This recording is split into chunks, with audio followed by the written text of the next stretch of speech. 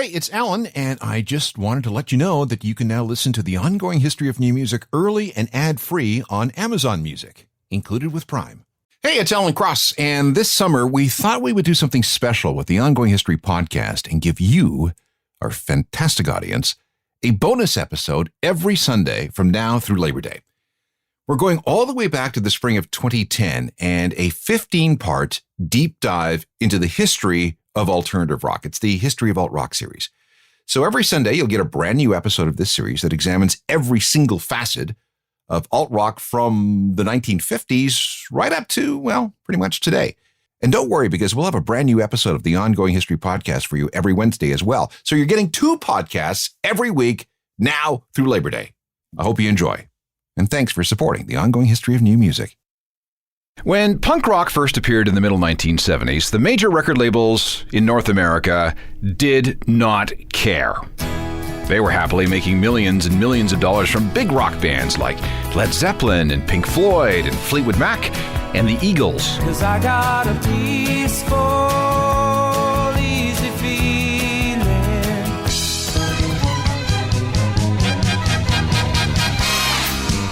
And there was millions more coming from disco. That was sweeping the world. Kind of like a plague, but a profitable one. So why would they bother with this weird stuff bubbling up from tiny, scary clubs on both sides of the Atlantic? They were too busy going to big stadium shows and getting down at Studio 54. But this new music just wouldn't go away. So when Led Zeppelin broke up and the Stones and the Eagles and Fleetwood Mac disappeared up their own butts, and the disco bubble finally burst, the record executives looked to this weird music and thought, let's see if we can tame it. Maybe we can market the gentler and less intense band under the umbrella of something we can call New Wave. Oh, they tried with punk, but they got it really, really wrong. You gotta wonder what was going through that executive's head when the Ramones were picked to open shows for Toto. No, seriously, the Ramones were the opening act for Toto on one tour. Did not make that up. It happened in Lake Charles, Louisiana on January 26, 1979. They were also paired up with Foreigner and Blue Oyster Cult. But we have to be fair. The general public in North America just didn't get punk. When the Sex Pistols appeared on the cover of Rolling Stone magazine in the fall of 1977, it was one of their poorest selling issues ever. Mind you, the headline read, "Rock is sick and living in London."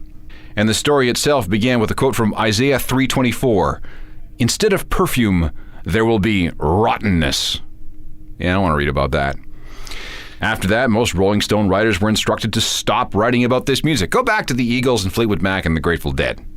Punk's bad for business. Really bad. Just stay away from it. But there were people who got it. And frankly, fans of non-mainstream music were quite happy to be left alone. They were into this new music precisely because they hated the mainstream. And over the next dozen years, the musical underground was allowed to gestate, to develop, to evolve undisturbed. It slowly mutated and evolved into something rather unique and very powerful. This is the Complete History of Alt Rock, Chapter 8. This is the Ongoing History of New Music podcast with Alan Cross. Welcome again, I'm Alan Cross, and here in Chapter 8 we're going to talk about American hardcore punk, the birth of North American indie rock, and the first use of the word alternative. But before we get to any of that, we have to finish up with this whole notion of new wave. Now remember that this is a marketing plan, a way for the record labels to sell punk's less threatening cousins. Now this is not to say that a lot of this music wasn't cool. I mean, it was. And it was certainly extremely important to the history of rock and roll because you can make the argument that without new wave, there might have never been music videos in the way that we had music videos. And if that didn't happen, no MTV. And with no MTV, well, just try and imagine how things might have been.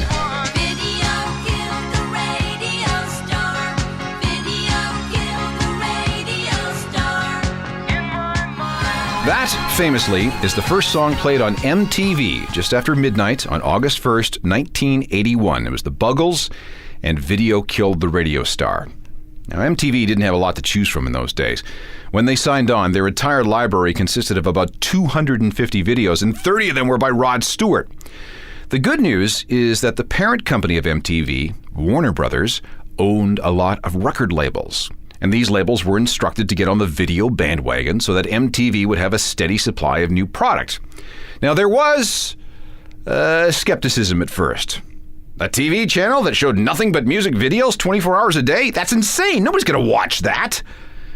But back then, they were also saying exactly the same thing about 24-hour movie channels, 24-hour sports channels, and even 24-hour news channels. No one expected MTV to be as powerful as it was. It didn't take long for everyone, labels, managers, bands, to see that there was a direct correlation between showing a video on MTV and record sales. Another thing to remember, the music industry was deep in recession in the early 80s. No wonder it didn't take long for other labels to start budgeting for music videos. And within a year, MTV and music videos became integrated into the marketing and promotion budgets of all the labels. MTV quickly began to affect the course of music because it began to really matter what you looked like. And this is incredibly important, and this is where new wave really comes in. See, before the music video, rock stars were always distant, unknowable, and mysterious. They might as well have been aliens. The only time you got to see them was either in a magazine, during a rare TV appearance, or live at a concert. Beyond that, you had no visual idea or impression of these people. It was all in your imagination. The music video changed all that. Performers, marketers, and directors all began to emphasize looks and glitz.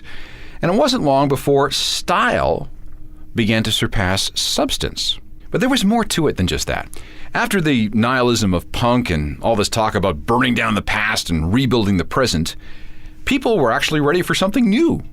The brutal recession of the early 80s needed an antidote. Fun and romanticism sounded good. Let's take the past, give it a modern sheen, and sing about love and the future instead of how awful it was in the present. This new music became an escape, and because it pointed forward, it offered optimism. And it was all so very slick, thanks to some new technological inventions. Synthesizers became more powerful, and more importantly, they became polyphonic. Let me explain that. The older monophonic machines could only handle one note at a time. And that was okay for playing a lead line or a melody, but you couldn't play chords, and you certainly couldn't play it like a piano. The new polyphonic machines changed all that. And then there was something called a Fairlight. This was a hideously expensive keyboard and sampling device. It could do less than what you can do with an iPhone today, but it cost over $30,000. But 300 studios were persuaded to invest in them, and the sounds they got were unlike anything anyone had ever heard. But wait, let's just go back to MTV. Because it was desperate for videos in the early days, the network had to get whatever it could. British acts, of course, had been making videos for years, so that was a source. And all these unknown British bands, the very same bands being marketed as new wave by the record labels, suddenly began to get this massive new exposure in the United States. These guys were at the very thin edge of the wedge. Realizing that they had a very attractive, very stylish, very telegenic pop group, their label invested $200,000 to make 3 videos shot in Sri Lanka. The gamble worked, and they sold a gazillion records. The band was Duran Duran. Her name is Rio and she dances on the sand, just like that river twisting through. After Duran Duran, new wave exploded in North America. Human League, Eurythmics, ABC, Dead or Alive, Depeche Mode, The Fix, A Flock of Seagulls, Frankie Goes to Hollywood, and dozens more invaded North American TV screens. The gloss and the fun and the escape they offered was just what everyone needed when the economy was in the toilet. Once those bands were accepted, acts like The Clash and The Cure and Billy Idol and The English Beat and Madness and OMD and The Jam somehow made it through. And once North Americans saw how it was done, domestic bands got into it. The B-52s, Missing Persons, Rough Trade, The Romantics, The Cars. And finally, there was a proper place for those 2 bands who stuck out so much amongst all those punks at CBGB. Blondie and the Talking Heads.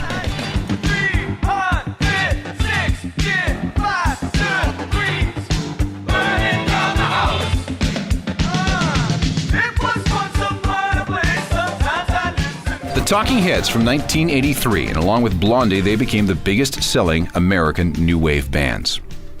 The new wave era started in 1979 and had a good run before it was done by, at least 1985. What started out as an underground sound connected to the punk rock explosion grew to the point where it became very mainstream, and for a while it was the mainstream. But what of the underground? Was there anything still down there? Oh yes. And the bigger new wave got, the more determined they were to stay down there. Let me hammer this home one more time. Although most of the bands of the original punk rock explosion of the 70s did not last more than a few years, the movement as a whole left behind an important consequence. Enthusiasm and access should be the only prerequisites for making rock and roll. Making music should be something that anyone could do, regardless of age or sex or race or economic background or even musical ability. This was fine on an artistic level.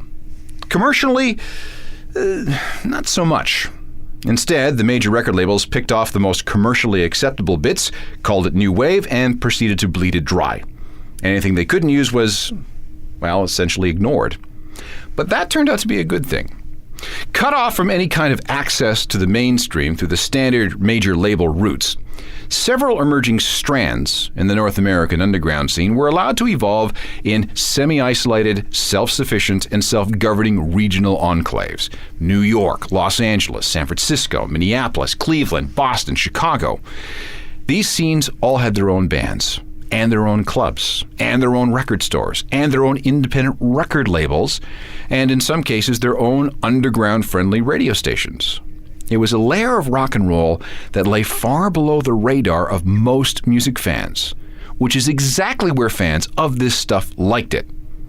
Let's look at some of them. Now, to most people, California rock meant the Eagles and Fleetwood Mac and Jackson Browne. But in Hollywood, things were a little more rugged. There were these clubs populated by groups like the Germs. Now, they were led by the self-destructive Darby Crash. He was almost lost to history because he had the misfortune of dying of a heroin overdose one day before John Lennon was assassinated.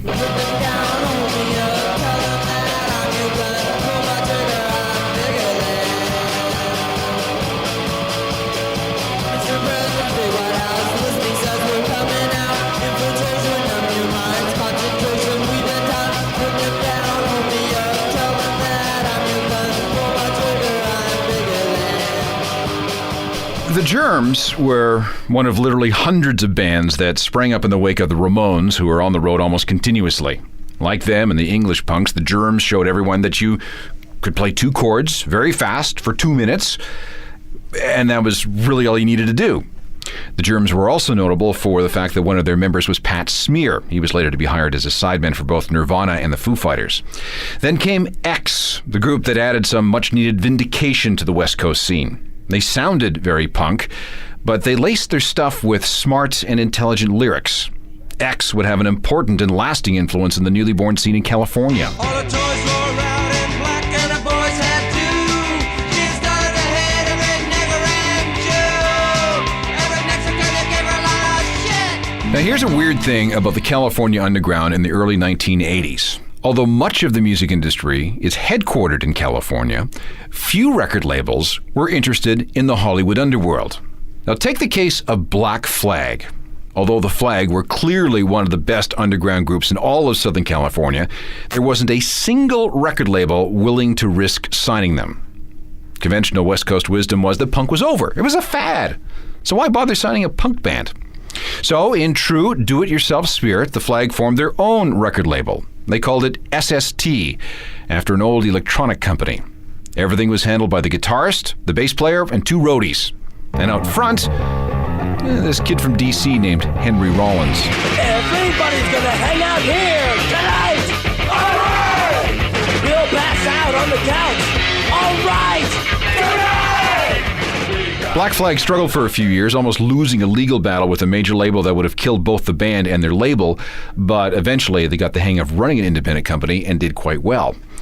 Bad Religion, another Southern California punk band in a similar bind.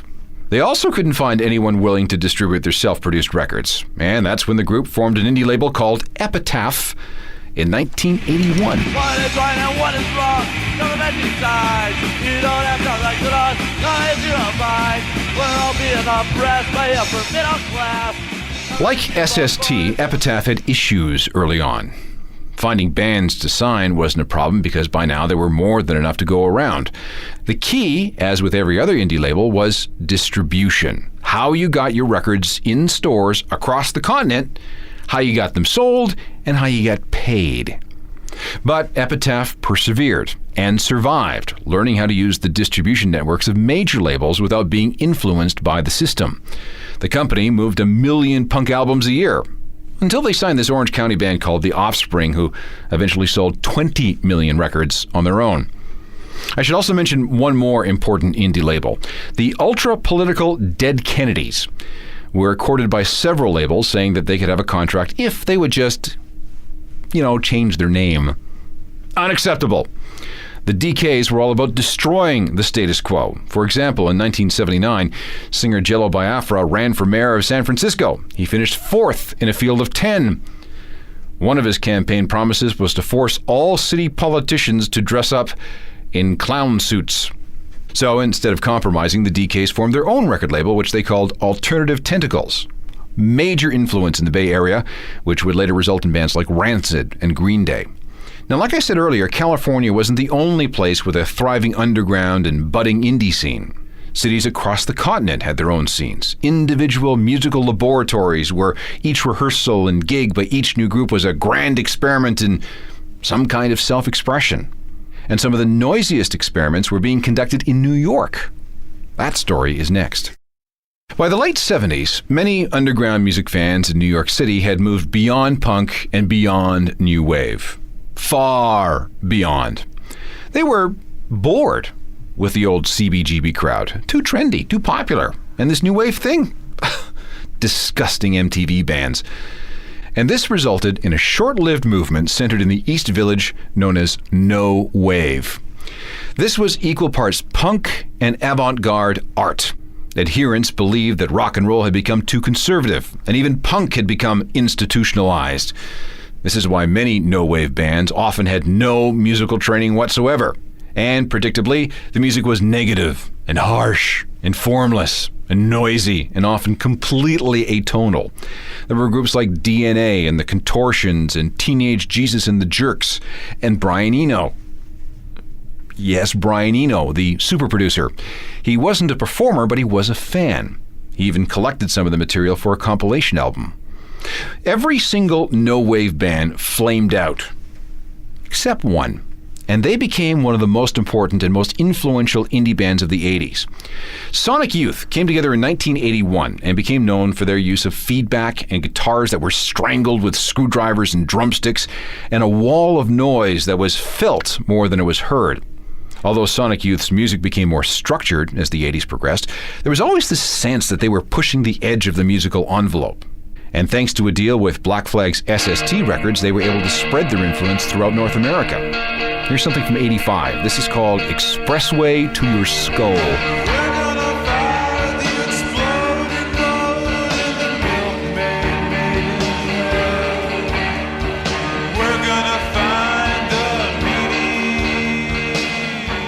While Sonic Youth was making beautiful noise in New York and the punks were tearing up California, something else was happening in, of all places, Minneapolis.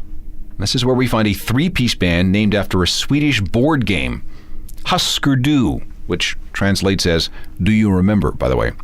Husker Du would ultimately have a huge influence on hardcore punk across America. All three members appeared on stage in street clothes, no leather jackets, no mohawk haircuts. And although their music was loud and fast, the songs incorporated elements of a basic pop song. Melody and song structure were given equal standing with power and volume. The parameters of punk were pushed back. Makes no difference at all. Yeah, it makes no sense at all. Makes no difference at all. At about the same time Husker Du was stumbling through Ramones covers during their first rehearsals in bassist Greg Norton's basement, another important Minneapolis band was coming together in a basement on Bryant Street South. In honor of their heroes, the Sex Pistols, the Replacements quickly became known for their unpredictable, high-energy sets at clubs around town.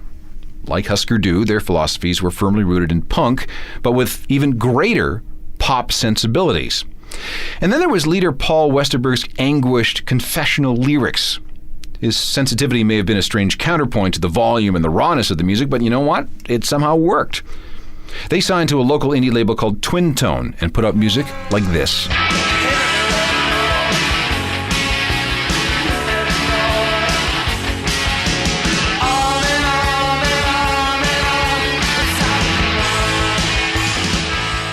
The Replacements with Left of the Dial.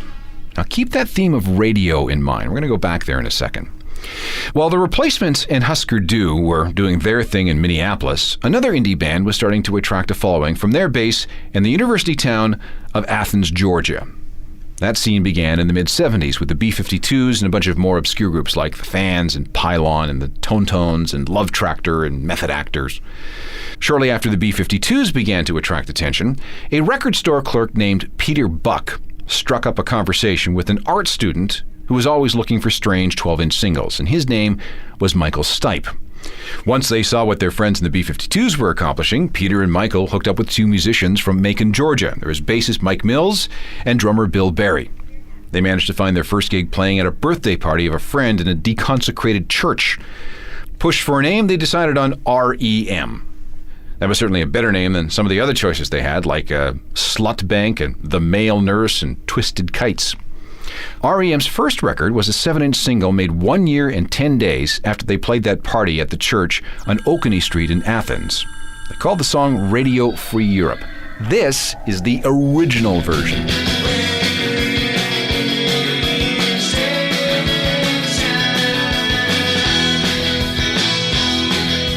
REM's rootsy, made-in-America, anti-synthesizer guitar pop approach stood out from the British new wave bands that dominated the new rock of the early 80s, which means we've come full circle, from guitars to synthesizers and back again.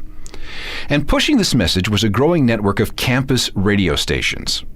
Since REM and the Replacements and Husker Du and Sonic Youth and their ilk were staples of college radio stations, this music began to be called college rock. But not everyone could agree on that phrase.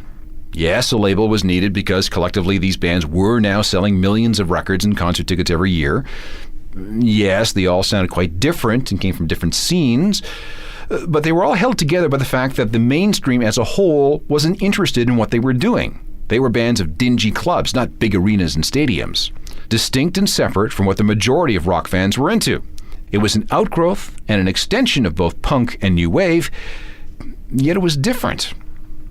The word that fans and critics gravitated to was alternative. Why? Well, the etymology of the phrase alternative music is murky, but let's try. Some say it originally described certain forms of FM radio in the 1970s, the kind of stations that would play slightly different music than all the rest. So instead of just playing Styx and Journey and Boston and what was called corporate rock, they added the occasional punk or new wave track. Thus, they were an alternative to everyone else. It's possible. Another theory involves independent record labels. When you couldn't get a deal with a major record label because your sound was too weird or too radical, your only alternative was to try a small independent company like SST or Epitaph or Berserkly or Rounder or IRS or Alternative Tentacles or one of dozens of others. So therefore, bands who recorded for these alternative labels made alternative rock. And yes, this music was an alternative to the mainstream. Campus stations specialized in this stuff. They played lots of music from alternative labels. And as campus stations grew in number and influence, and as they became networked together by magazines and publications and conventions, like we said, they began to refer to this music as alternative. And finally, as some of these bands got bigger and began to cross over into mainstream consciousness, I guess REM was the first and the biggest, the word alternative became more widely used as this umbrella term for rock music that was different, that did not descend from the Beatles and the Stones and Led Zeppelin, but from Bowie and Iggy Pop and the Velvet Underground and the Ramones. It was the birth of what we call in the 90s the alternative nation. Now that was North America. Things were similar, but different in Britain. For Chapter 9 of the Complete History of Alt Rock, we're going to look at Britain in the 1980s. Like North America, there was a massive upswing of interest in music that was made outside the major label system, and some stunning music was being made. And goading it on, building it up, and tearing it down was the British music media, a unique thing to the UK. The birth of modern British indie culture next time. Technical productions by Rob Johnston. I'm Alan Cross. You've been listening to the Ongoing History of New Music podcast with Alan Cross. Subscribe to the podcast through iTunes, Google Play, Stitcher, Spotify, and everywhere you find your favorite podcasts.